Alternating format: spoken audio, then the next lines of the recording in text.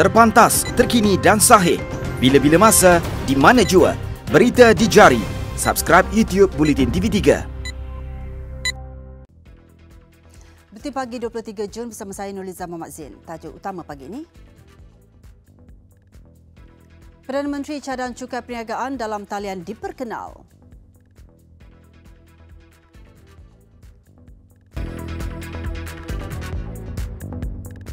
Assalamualaikum dan salam sejahtera. Timbalan Perdana Menteri Datuk Seri Dr. Wan Azizah Wan Ismail menolak tanggapan penganjuran jamuan Aidilfitri oleh Jabatan Kerajaan pada waktu pejabat menjejaskan operasi kerajaan. Jelasnya masih ada pegawai dan kaki tangan kerajaan yang bertugas mengikut giliran walaupun majlis sedemikian diadakan. Ada mereka yang ajar ke kaunter, kita ambil take turns. Namun kita nak juga merayakan sebab pekerja-pekerja kita ataupun our staff kan, civil service tu memanglah kita nak raihkan sama kan. Jadi untuk kita menjimatkan masa, menjimatkan juga duit kan, jadi kita buat macam tu. Beliau berkata demikian kepada media selepas hadir di Majlis Rumah Terbuka Malaysia Aidilfitri di Museum Diraja semalam. Datuk Seri Dr. Wan Azizah mengulas kenyataan Mufti Perlis, Profesor Madya Datuk Dr. Muhammad Asri Zainul Abidin yang meminta kerajaan melihat semula keperluan Jabatan Kerajaan mengadakan jamuan Hari Raya Aidilfitri setiap kali tiba bulan Syawal. Ini kerana ia melibatkan penyertaan sebahagian besar kaki tangannya yang dilihat lebih memberi kesan apabila pegawai dan kaki tangan sesebuah jabatan kerajaan keluar pejabat untuk menghadiri jamuan Hari Raya di pejabat lain.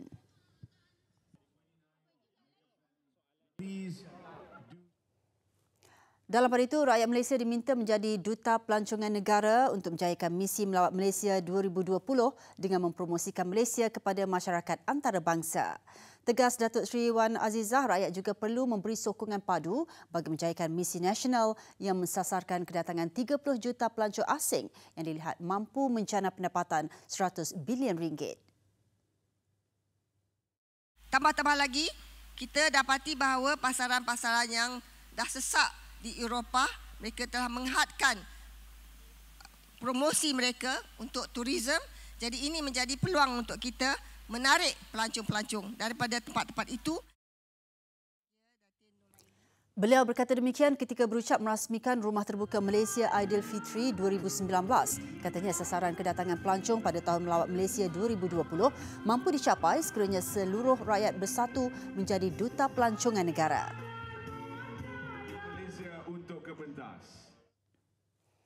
Sultan Perak Sultan Nazrin Muizzuddin Shah menggesa bakal jemaah haji menjadi duta yang mengharumkan nama Malaysia dalam segala aspek ketika menunaikan ibadah haji. Titah baginda tahun lalu pihak berkuasa Arab Saudi memuji jemaah haji Malaysia yang mengutamakan kebersihan. Ia sekaligus meninggalkan imej dan reputasi yang sangat positif terhadap rakyat Malaysia. Sultan Nazrin menzahirkan rasa syukur kerana pihak berkuasa Arab Saudi melaporkan jemaah dari Malaysia pada tahun sebelum ini meninggalkan Mekah dan Madinah dalam keadaan bersih selepas selesai urusan haji. Jemaah Malaysia mendapat memiliki azam untuk menjadi duta yang mengharumkan nama negara Malaysia di dalam segala aspek semasa menunaikan ibadah haji. Merangkumi aspek-aspek ibadah, mematuhi undang-undang dan peraturan, amanah, berdisiplin, menepati waktu, sabar dan bertoleransi, sedia membantu dan mengutamakan kebersihan. Sultan Nazrin bertitah demikian ketika merasmikan kursus Perdana Haji peringkat negeri Perak musim Haji 1440 Hijrah di Masjid Sultan Azlan Shah Ipoh Perak. Baginda turut merakam penghargaan terhadap Lembaga Tabung Haji kerana berjaya melaksanakan urusan haji dengan cemerlang walaupun berdepan cabaran besar ketika ini. Titahnya cabaran dalam urus takbir keuangan itu tidak menjejas perkhidmatan menguruskan urusan haji, sebaliknya terus mengekalkan segala kemudahan yang diperlukan untuk keselesaan jemaah. Dalam pada itu, isu kesesakan di Kompleks Kastam, Immigration dan Kuarantin CIQ Sadau akan diteliti bagi memudahkan perdagangan rentas sempadan antara Malaysia Thailand. Ia susulan perkhidmatan operasi 24 jam di Kompleks Kastam berkenaan selain di Bukit Kayu Hitam yang bermula sejak minggu lalu. Memang perkara ini penting dan kita baru mula perkhidmatan 24 jam. Nampaknya sambutan baik, ya. Tapi kita kena selesaikan beberapa isu dan ini saya jangka perkara ini kita akan terus bincangkan sesama peringkat pegawai dulu bagaimana menyelesaikannya. Dia perlu disegerakan sebab dia penting. Lebih kurang 60% daripada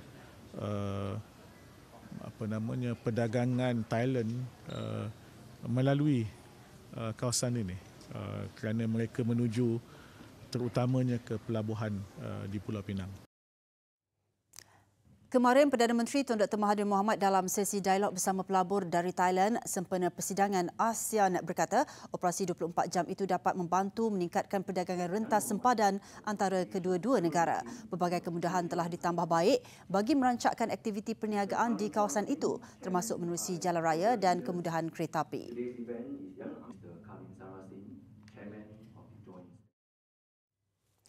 Malaysia mencadangkan cukai perniagaan dalam talian diperkenalkan bagi meningkatkan pendapatan dalam kalangan negara anggota ASEAN. Menurut Perdana Menteri Tun Dr. Mahathir Mohamad, perniagaan dalam talian yang berurusan secara terus telah menyebabkan perniagaan konvensional terjejas dan kutipan cukai perniagaan juga berkurangan. Online business ni kita tak tahu siapa yang untung. Jadi dan online business ni dia memakan bisnes biasa. Macam Amazon, saya kata Amazon jual buku, kedai buku tutup. Pasal dia jual direct. Jadi sekarang ni kalau dia jual direct, bisnes kita pun kurang, cukai kita pun kurang. Tapi siapa yang dapat ambil cukai? Kalau dia ambil di tempat yang dia operate, negeri dia punya equipment semua ada di negeri dia. Di situ dia ambil untung. Kita tak ada apa-apa. Jadi kita kena cadang balik supaya kita boleh dapat sebahagian daripada cukai keuntungan. Tun Dr. Mahathir berkata demikian kepada media selepas menghadiri Majlis Makan Malam Gala Sidang Kemuncak ASEAN ke-34 di Bangkok, Thailand semalam. Saranan itu disuarakan Perdana Menteri ketika sesi pleno Sidang Kemuncak ASEAN ke-34 yang dipengerusikan Perdana Menteri Thailand Jeneral Prayut Chan-o-cha. Antara isu lain yang turut dibincangkan ketika sesi pleno itu ialah mewujudkan satu usaha khusus untuk meningkatkan perdagangan intra-ASEAN.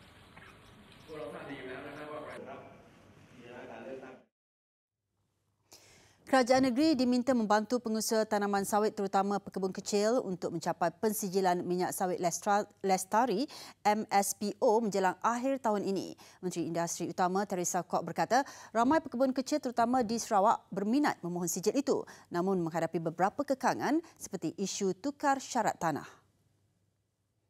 Ramai di antara mereka tanam sawit di tanah yang grantnya bukan untuk sawit, mungkin untuk getah dan juga pokok lain. Tapi jadi saya ingin menyeru kerajaan negeri hulukan bantuan kepada mereka. Kalau kerajaan negeri tidak hulukan bantuan ataupun masih nak denda atas berkebun kecil ini, jadi lebih susah bagi mereka untuk mencapai pensijilan MSPO. Beliau berkata demikian kepada media selepas merasmikan program Rise Against Hunger, anjuran Rise Against Hunger Malaysia dan Usana True Health Foundation. Sebelum ini, Teresa mengingatkan syarikat perladangan, pengilang dan pekebun kecil sawit supaya melaksanakan pensijilan MSPO menjelang akhir tahun ini bagi mengelak terpaksa menanggung kos pembayaran termasuk kos audit dan kos persediaan. Berhubung kenyataan Presiden Gerakan Datuk Dr. Dominic Lau mengenai ramai pemain industri sawit tiada maklumat lengkap mengenai permohonan MSPO, Teresa berkata program itu sudah diperkenalkan sejak 5 tahun lalu. Katanya pemain industri termasuk pekebun kecil boleh mendapatkan maklumat mengenai MSPO di Lembaga Minyak Sawit Malaysia MPOB dan Majlis Pensijilan Minyak Sawit Malaysia MPOCC. Malah kementeriannya juga mengadakan siri jelajah bagi menjelaskan mengenai pensijilan itu.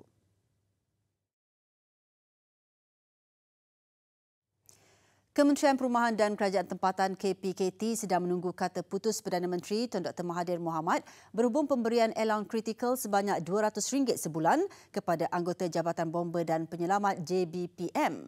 Menurut Menterinya Zuraida Kamarudin, beliau akan membawa semula permintaan itu kepada Perdana Menteri. Allowance kritikal itu adalah sama seperti yang diberikan kepada anggota tentera dan polis. Zuraida sehubungan itu meminta anggota bomba supaya bersabar kerana kelulusan allowance katanya memerlukan sedikit masa. Pemberian allowance kritikal itu dijangka memberi manfaat kepada lebih 14,000 anggota bomba dan penyelamat di seluruh negara.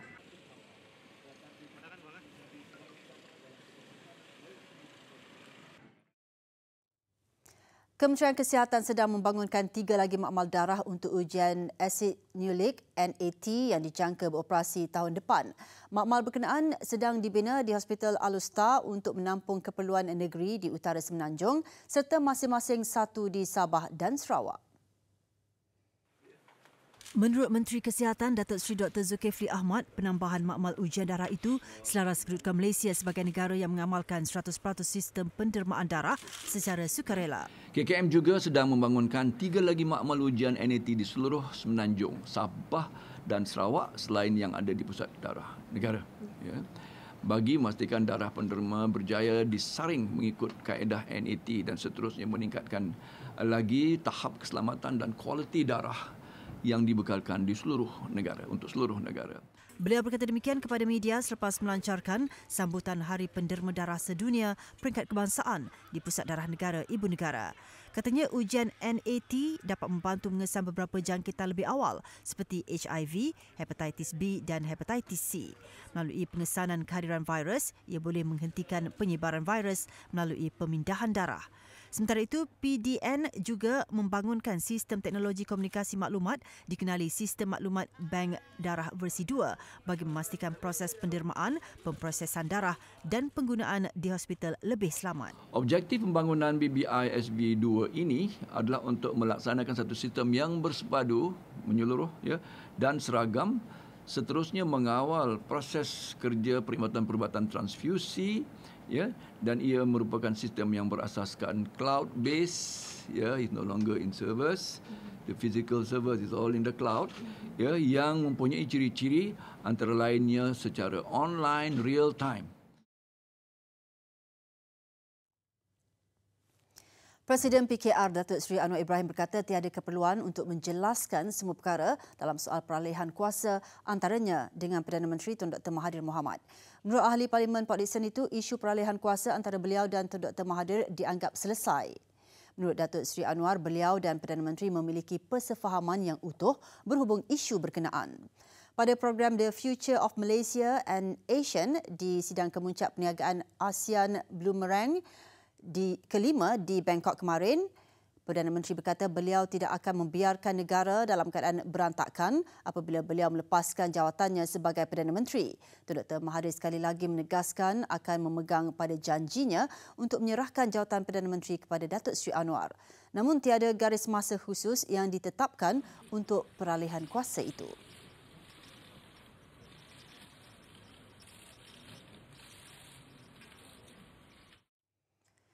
Koperasi Co-op Bank Persatuan Malaysia Berhad yang kini dikenali sebagai Co-op Bank Pertama CBP mengumumkan bayaran dividen 7% bagi tahun kewangan 2018 berbanding 6% pada tahun sebelumnya.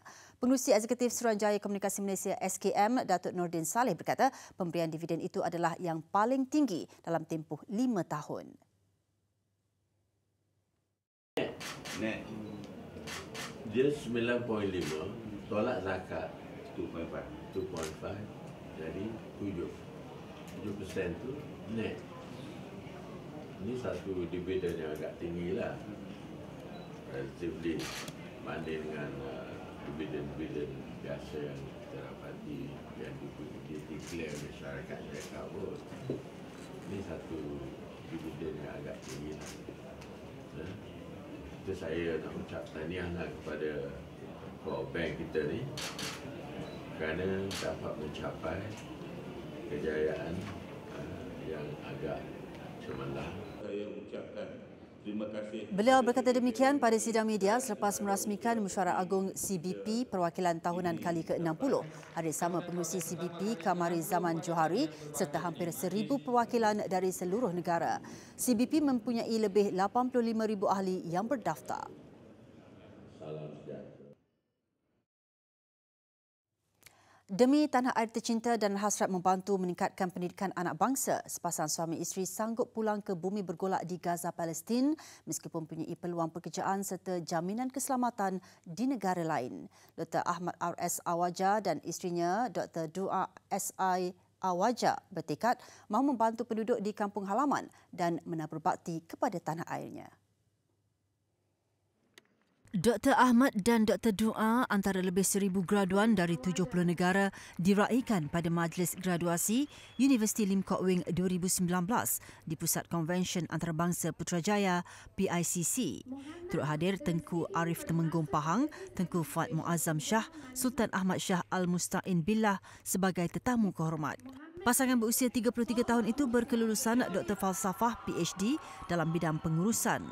Menceritakan pengalaman sewaktu ingin menyambung pengajian di negara ini pada tahun 2015, kedua-dua pensyarah dari Kolej Universiti Arab itu berkata mereka bersama 3 anaknya terpaksa menempuh perjalanan sukar meninggalkan Gaza untuk sampai ke Mesir sebelum tiba di Malaysia. We will come back to Gaza. That will lead to contribute to develop our country. So that's why we are here. Yeah. We improve ourselves as persons, then we can improve later to our countries and societies. Yes. So when are we going back to? After 1 week. 1 week. Pada majlis ini, Dr. Doa turut menerima anugerah Chancellor Kecemerlangan Akademik Universiti Lim Kok Wing. Besar impaknya. Tular selepas hasilnya. Pantas menampilkan prosiding ini secara dalam keuangan maya. Berita di jari. Subscribe YouTube Bulletin TV3. Kita ke laporan luar negara. Sidang Kemuncak ASEAN ke-34, pemimpin negara anggota dijangka akan menandatangani deklarasi Bangkok hari ini berkaitan komitmen memerangi pencemaran plastik di laut. Negara-negara rantau ini dikritik kerana disifatkan tidak memainkan peranan dalam menangani isu sampah yang mencemarkan kawasan maritim sehingga mengancam nyawa spesies lautan. Berdasarkan laporan pemeliharaan laut 2017, lebih 8 juta tan sampah dibuang di laut melibatkan 5 negara termasuk China, Indonesia, Filipina dan Vietnam. Perjanjian lain antara lain mengenakan hukuman penalti maksima ke atas mana-mana syarikat atau negara yang didapati terlibat melakukan perbuatan itu.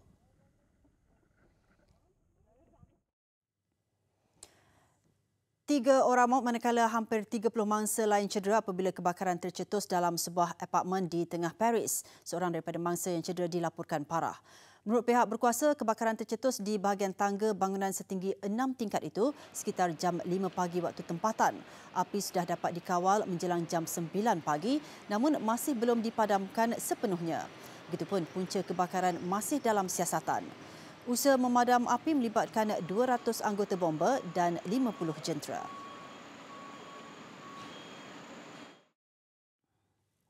Sebuah bangunan yang sedang dalam pembinaan di tepi pantai di Kemboja runtuh meragut sekurang-kurangnya 7 nyawa, sekitar 18 orang lagi cedera. Kejadian berlaku di sebuah bangunan 7 tingkat di Chenavukville yang dimiliki sebuah syarikat dari China. Pihak berkuasa masih lagi menjalankan kerja-kerja mencari puluhan mangsa yang hilang dipercayai terperangkap bawah runtuhan. Menurut pegawai ketika kejadian, sekitar 30 orang pekerja pembinaan berada dalam bangunan itu. Kesemua mangsa disahkan adalah warga tempatan. Susulan itu, 4 individu termasuk pemilik bangunan warga Cina dan pihak kontraktor ditahan untuk membantu siasatan. Ketua Suruhanjaya Tinggi Pertubuhan Bangsa-Bangsa Bersatu untuk Hak Asasi Manusia UNHCR Michelle Bachelet menggesa pemerintah Venezuela untuk membebaskan tahanan yang ditangkap ketika mengadakan bantahan aman di negara itu. Bachelet turut mengesahkan 2 pegawai UNHCR akan berada di Venezuela untuk memantau sebarang pelanggaran hak asasi manusia. Bekas Presiden Chile yang tiba di Caracas pada Rabu lalu untuk lawatan 3 hari mengumumkan perkara itu dalam sidang media sebelum meninggalkan Venezuela. Ketika kunjungan beliau mengadakan pertemuan dengan Presiden Nicolas Maduro dan pemimpin pembangkang Juan Guaido serta aktivis dan mangsa pelanggaran hak asasi manusia. Beliau juga bertemu dengan keluarga tahanan yang dituduh melakukan konspirasi untuk menggulingkan pemerintah. Bachelet berharap penilaiannya serta bantuan UNHCR dapat membantu membuka akses kepada keadilan dan mencegah siksaan yang berlaku di negara itu. Kerajaan Thailand merancang untuk menguatkuasakan undang-undang baru pada Ogos nanti yang melarang perbuatan merokok dalam rumah.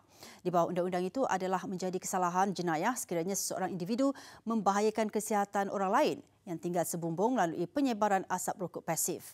Demikian dilaporkan oleh akhbar Bangkok Post, namun belum ada penjelasan terperinci berhubung kaedah penguatkuasaan yang akan diambil. Menurut laporan itu, mereka yang melanggar undang-undang terbabit boleh didakwa sama ada di Mahkamah Juvana atau Mahkamah Jenayah. Ia bertujuan mengurangkan kes kematian akibat perokok pasif yang dikaitkan dengan lebih 8,000 kematian pada tahun lalu.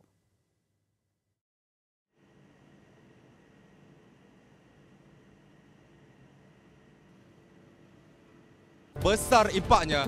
Selepas hasilnya, pantas menampilkan prosiding ini secara keuangan maya. Berita di jari. Subscribe YouTube Bulletin TV3. Sukan Piala FA, aksi separuh akhir pertama berlangsung malam tadi menyaksikan Pahang dan Kedah lega mencatat kemenangan awal. Pahang yang juga juara bertahan menewaskan Perak 3-1 di Stadium Darul Makmur menyaksikan satu jaringan sensasi dihasilkan pemain pertahanan Harold Golan. Pemain 4 kali Kedah hanya mampu membawa bekalan 1 gol ke atas Felda United menuju ke aksi kedua hujung bulan ini. Menerima kunjungan Perak di Stadium Darul Makmur, Pahang diberikan tentangan baik sebaik sepak mula. Minit ke-12 pemain pertahanan Harold Golan menceriakan penyokong tuan rumah dengan menjaringkan gol pembukaan menerusi tandukan. Perlawanan terus dihidangkan aksi berbalas serangan kedua-dua selepas itu. 6 minit sebelum permainan berhenti rehat, giliran Muhammadur Sumayeh mencatat nama selaku penjaring membolehkan Pahang mendalui 2-0 di separuh masa. Selepas aksi bersambung, Perak yang keluar memburu jaringan kebangkitan beberapa kali mencemaskan tuan rumah. Usaha mereka akhirnya berhasil menerusi penyudah menarik oleh J. Parthiban 9 minit ke-54.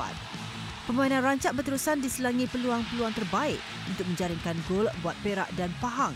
Semangat juang pelawat terpadam pada masa kecederaan apabila Pahang meraih gol ketiga berpunca dari sepakan percuma sensasi Golan yang dilakukan dari separuh padang, berjaya memerangkap penjaga gol Perak Muhammad Hafizul Hakim Khairul Nizam Joti sekaligus bekalan selesa untuk dibawa ke aksi timbal balik di tempat lawan Sabtu depan.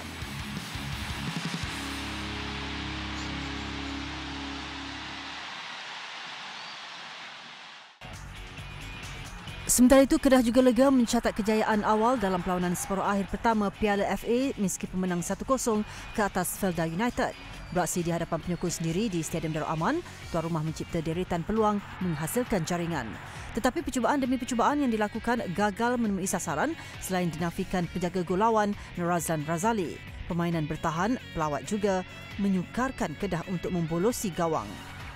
Kesempatan terbaik tuan rumah hadir pada minit ke-66 apabila dihadiahkan sepakan penalti.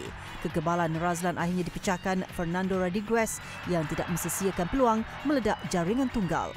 Kedua-duanya bakal bertemu semula di Stadium Tun Abdul Razak di Jengka dalam perlawanan separuh akhir kedua 30 Jun ini.